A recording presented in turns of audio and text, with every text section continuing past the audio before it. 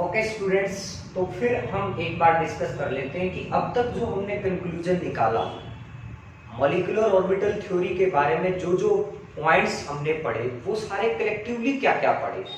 देखो, सबसे पहला मॉलिक्यूलर ऑर्बिटल थ्योरी का मेन पॉइंट क्या है। ये थ्योरी सजेस्ट कर रही है हमें कि एटॉमिक ऑर्बिटल आपस में कंबाइन करते हैं और कंबाइन करने के बाद वो अपनी आइडेंटिटी टोटल खो करके नई आइडेंटिटी ले लेते हैं और उस नई आइडेंटिटी का नाम क्या है? Molecular orbital.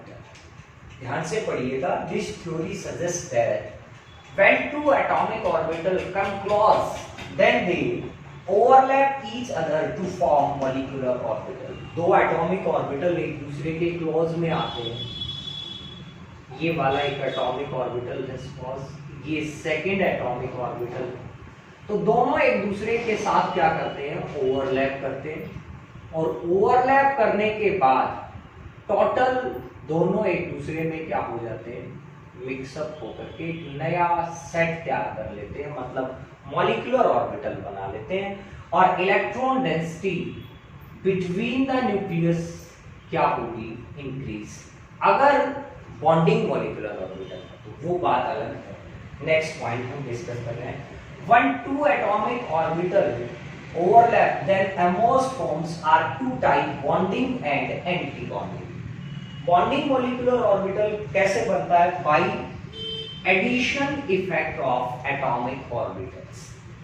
And anti-bonding कैसे बनता है? By subtraction effect of atomic orbital. तो ये भी हमने पढ़ा bonding molecular orbital क्या है और anti-bonding क्या है।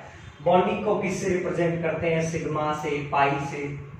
एंटी बॉन्डिंग को किससे रिप्रेजेंट करते हैं? सिग्मा स्टार से या पाई स्टार से या डेल्टा स्टार से, उसको डेल्टा से रिप्रेजेंट करते हैं। इसके बाद हमने डिस्कस किया कि जो बॉन्डिंग है उसमें electron density between the nucleus बढ़ेगी, एंटी बॉन्डिंग में घटेगी।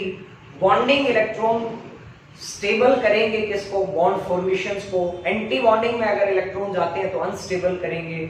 बॉन्डिंग लेस एनर्जिक होता है, एंटी बॉन्डिंग मोर एनर्जिक होता है। ये हमने डिस्कस किया। इसके बाद हमने क्या कहना है? बॉन्डिंग मॉलिक्यूलर ऑर्बिटल की एनर्जी लेस है, वो एडिशन इफेक्ट से बनता है, ये डिस्कस हो चुका है। एंटी बॉन्डिंग की एनर्जी ज्यादा है और वो सब्ट्रैक्शन इफेक्ट से बनता है।